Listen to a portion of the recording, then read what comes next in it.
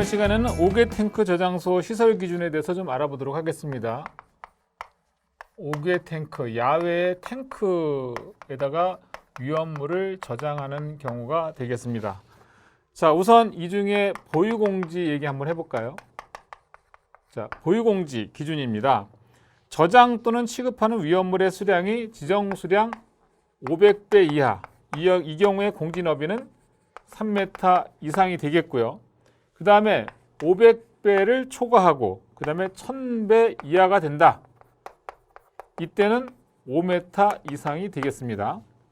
자, 그 다음에 지정 수량이 1000배 초과 그리고 2000배 이하가 됐다. 이때는 9m 이상의 보유공지 확보가 필요하고요. 그 다음에 2000배 초과 그리고 3000배 이하, 이때가 되면 12m 이상이 되겠고요. 그 다음에 지정 수량이 3000배 이상 4000배 이하, 3000배 초과 4000배 이하, 이렇게 되면 이때는 15m 이상이라는 얘기죠. 우리가 계속 하고 있지만 사실 이 앞에 있는 배수만 옥내 저장소냐 5개 저장소냐 뭐 이런 기준에 따라서 지정수량 배수가 좀 차이가 나지만 결국은 3, 5, 9, 12, 15m, 그러니까 요 두 번째만 3단 공식이 아니고 3m, 5m고 3, 3, 9, 3, 4, 12, 3, 5, 15 이렇게 나간다는 것만 기억하시면 요 앞에 있는 거 가지고서 우리가 좀 암기가 좀 수월할 겁니다. 자, 기본적으로 5개 탱크 저장소는 이런 보유공지 기준을 가지고 있고요. 다만 이 해당 보유 육류 위험물을 만약에 저장 취급한다. 그러면 육류 같은 경우는 아시다시피 불연성 물질이다 보니까 육류 위험물을 만약에 5개 탱크에 저장한다 할 때는 해당 보유공지의 3분의 1 이상의 너비로 한다. 이렇게 되는 겁니다. 그러니까 예를 들어서 9m 확보해야 된다 그러면 육류 위험물인 경우는 3m까지만 확보해도 된다. 이런 얘기가 되는 겁니다. 다만 500배 이하면 3m를 만약에 3분의 1로 하게 되면 1m가 되잖아요. 그거는 또 안 된다는 얘기예요. 최소한 1.5m 이상으로 보유공지 확보해라. 그 뜻이 되겠습니다. 그리고 동일 대지에 만약에 2개 이상의 탱크를 인접해서 설치하는 경우에도 역시 해당 보유공지 3분의 1에다가 다시 또 거기다가 3분의 1 이상의 너비로 할 수 있다는 얘기인데 이 경우에도 역시 1.5m는 기준을 지켜줘라. 이 뜻이 되겠습니다.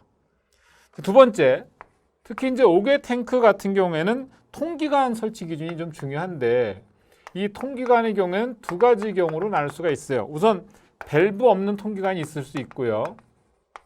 그리고 대기 밸브 부착,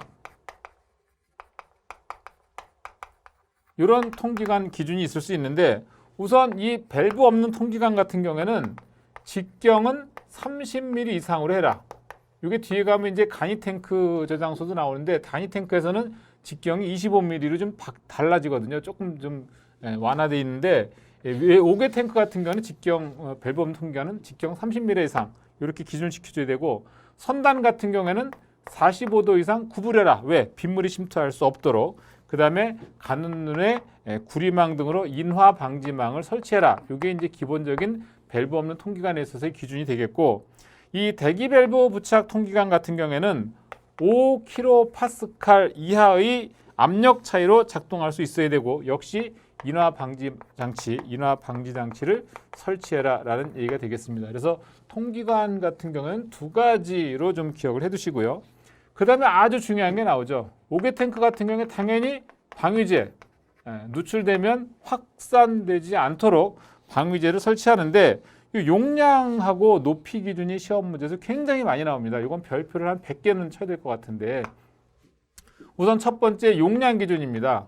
자, 이 5개 탱크 저장소의 용량 같은 경우에는 탱크가 하나 있을 때는 110% 이상으로 하고요.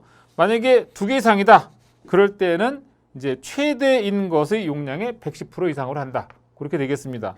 다만 인화성이 없는 액체 위험물, 뭐 육류 위험물 같은 경우가 되겠죠. 인화성이 없는 액체 위험물은 5개 저장 탱크의 주위에 설치하는 방위제는 요 110%를 100%로 보고 방위제 용량을 확보할 수가 있겠다. 이렇게 되겠습니다.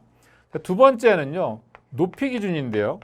높이하고 면적 기준인데 여기 시험에서 또 굉장히 많이 나오죠. 우선 이 방위제의 높이는 0.5m 이상 3m 이하로 하라는 얘기고, 두께는 0.2m 이상으로 하고, 지하매설 깊이는 1m 이상으로 하면서 면적 기준은 8만 제곱미터 이하, 이렇게 규제가 되고 있습니다. 그 다음에 방위제와 탱크 측면과의 이격거리 같은 경우에는 탱크 지름이 만약에 15m 미만이다. 그럴 때는 탱크 높이의 3분의 1 이상, 그리고 탱크 지름이 15m 이상인 경우에는 탱크 높이의 2분의 1 이상 거리를 띄어라, 이런 얘기가 되겠습니다. 자, 이번에는 방위제 구조가 되겠습니다. 방위제 구조. 우선 방위제는 철근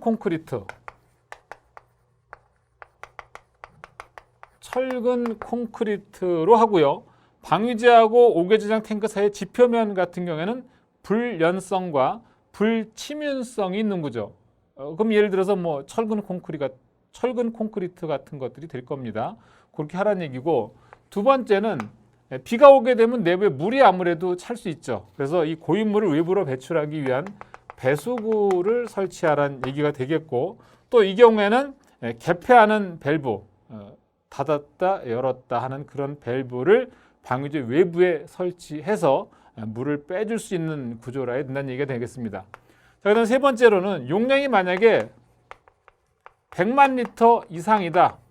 100만 리터 이상이 되면 이때 위험물을 저장하는 오개저장 탱크에 있어서는 밸브 등의 그 개폐 상황을 쉽게 확인할 수 있는 장치를 설치하라는 얘기고요. 네 번째는 자, 높이가 1m를 넘는 방위제. 아까 제가 방위제는 0.5에서 3m 이하라고 했는데 1m가 넘어가게 되면 일단 사람 키를 넘어가게 되는 거니까 그때는 칸막이 뚜기 그때 그런 경우하고, 그다음에 칸막이 뚜기 안팎에 방위제에 출입하기 위한 계단, 이런 경사로 같은 것들을 50m마다 설치해라, 이런 얘기가 되겠습니다. 자, 그 다음에 이제 이氧화탄소에 대한 기준, 이건 별도로 나와 있는데요. 여기 또 시험에서 많이 나옵니다. 자, 이氧화탄소 같은 경우에는 사르위험물 중에 특수인화물에 해당이 되는데, 이 경우에 이氧화탄소를 만약에 오개탱크에 저장한다 그러면 첫째 뭐냐면, 재질의 경우에는 철근 콘크리트 쪽으로 해서 물이 새지 않는 그런 구조를 하라는 얘기고요.